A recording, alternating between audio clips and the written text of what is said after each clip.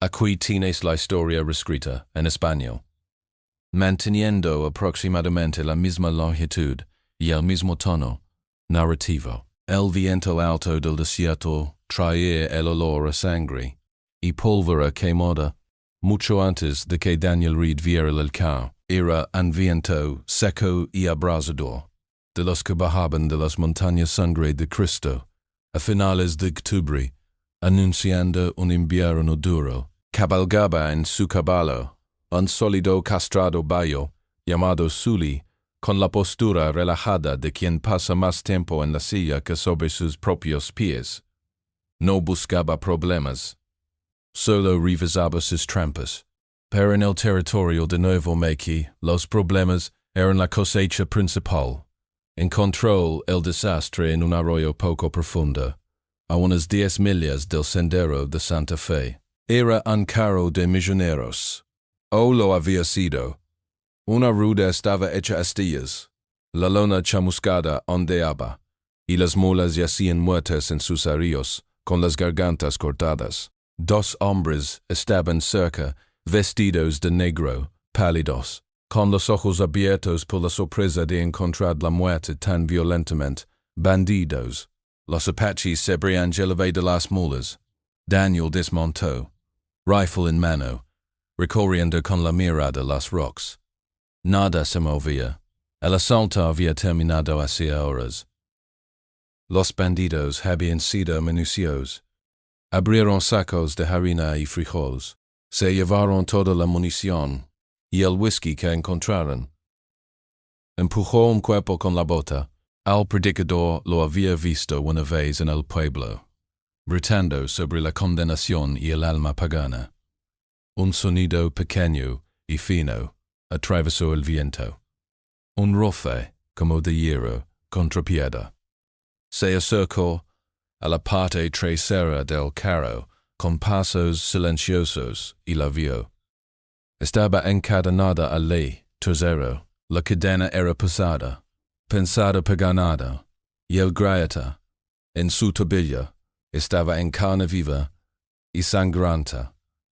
Era una muchacha joven, tal vez de 18 o 19 años, de piel morena. Livaba los restos andracosos de un vestido de calico, tizo por la sangre seca de un corte en la frente. Apenas estaba consciente, el cabello negro enmarañado de tierra, los labios agrietados y blancos, cuando su sombra cayó sobre él. Se encogió con un sonido de terror puro. Intentó retroceder, pero la cadena la detuvo bruscamente, hundiéndose en su carne. Daniel se detuvo. Vio las marcas en su cuerpo, los mortones antiguos en los brazos, el terror fresco en sus ojos. El predicador no había estado salvando su alma. La había usado o la había vendido. Los bandidos la habían pasado por alto, o simplemente la habían dejado morir. Guardó el rifle y se acercó despacio con las manos en alto, palmas hacia afuera. Tranquila, dijo, su voz era áspera, por el desuso. No voy a hacerte daño. Ella lo miró, sus ojos profundos, estudiando su gastado abrigo de la unión, la barba que sombreaba su mandíbula, la tristeza que llevaba como una segunda piel. Daniel fue a su alforja y sacó la cantimplora y una lima gruesa. Primero le ofreció el agua.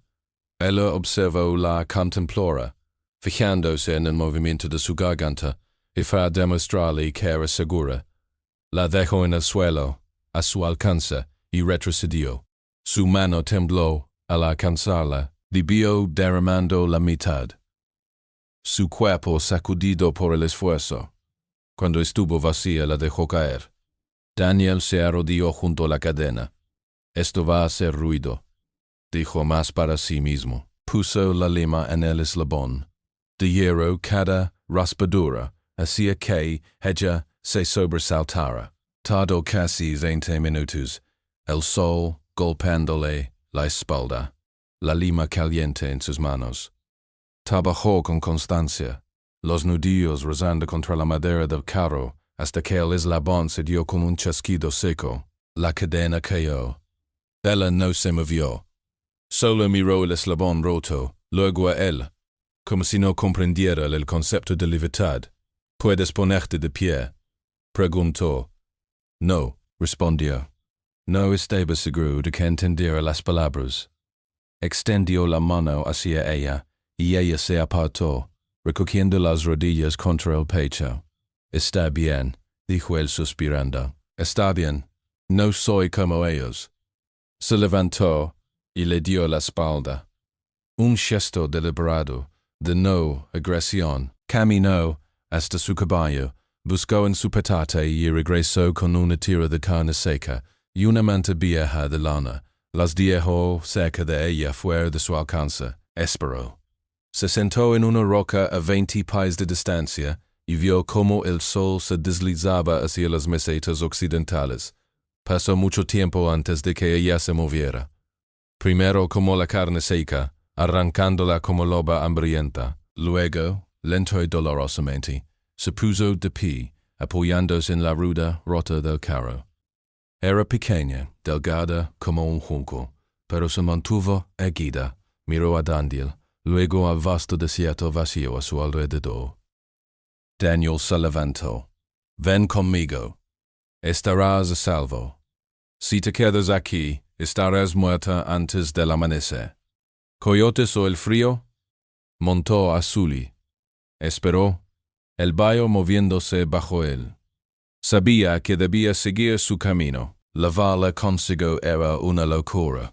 Era invitar una pelea con cada colono, cada soldado y el gobierno del territorio. Era un hombre que solo quería que lo dejaran en paz, curar la herida que nunca cerraba. Volvió a mirarla, los pómulos altos, los ojos almendrados y oscuros. De pronto, no estaba en el arroyo. Estaba 5 años atrás, en una cabaña cerca de Taos, viendo a su esposa Elara, su mano aferrada a la suya, el rostro pálido por el sudor. Era mestiza, comanche irlandesa, una mujer que entendía tanto la pradera como el salón. La había amado con una fuerza que lo asustaba. La había pedido en esa cabaña a él y a la niña que estaba naciendo. Su hija, que dio un solo respiro, y luego quedó en silencio. La muchacha apache en el polvo tenía los mismos ojos, no el color, sino la mirada de un alma atrapada entre dos mundos, sin pertenecer a ninguno. No era un héroe. No era un buen hombre. Ya no era un buen hombre. Ya no era un buen hombre. Ya no era un buen hombre perseguido por fantasmas. No había podido salvarlas, pero no podía alejar solo un hombre perseguido por fantasmas. No había podido salvarlas, pero no. Vamos, dijo, más suave. Extendió la mano. Ella lo observó otro minuto entero.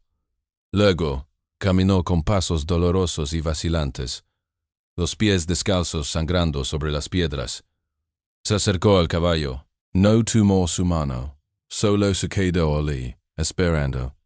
Daniel se inclinó, la rodeó con un brazo por la cintura y la levantó. Apenas pesaba. La acomodó delante de él en la silla. Su espalda se apretó contra su pecho. La acomodó delante de él en la silla. Su espalda se apretó contra su pecho. Estaba rígida, un bloque de hielo, temblando tan fuerte que él la sentía en sus propios huesos.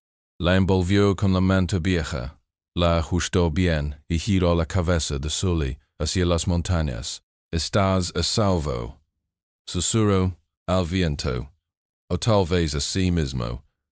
Todo está bien. Ella no hizo un solo sonido durante todo el camino a casa.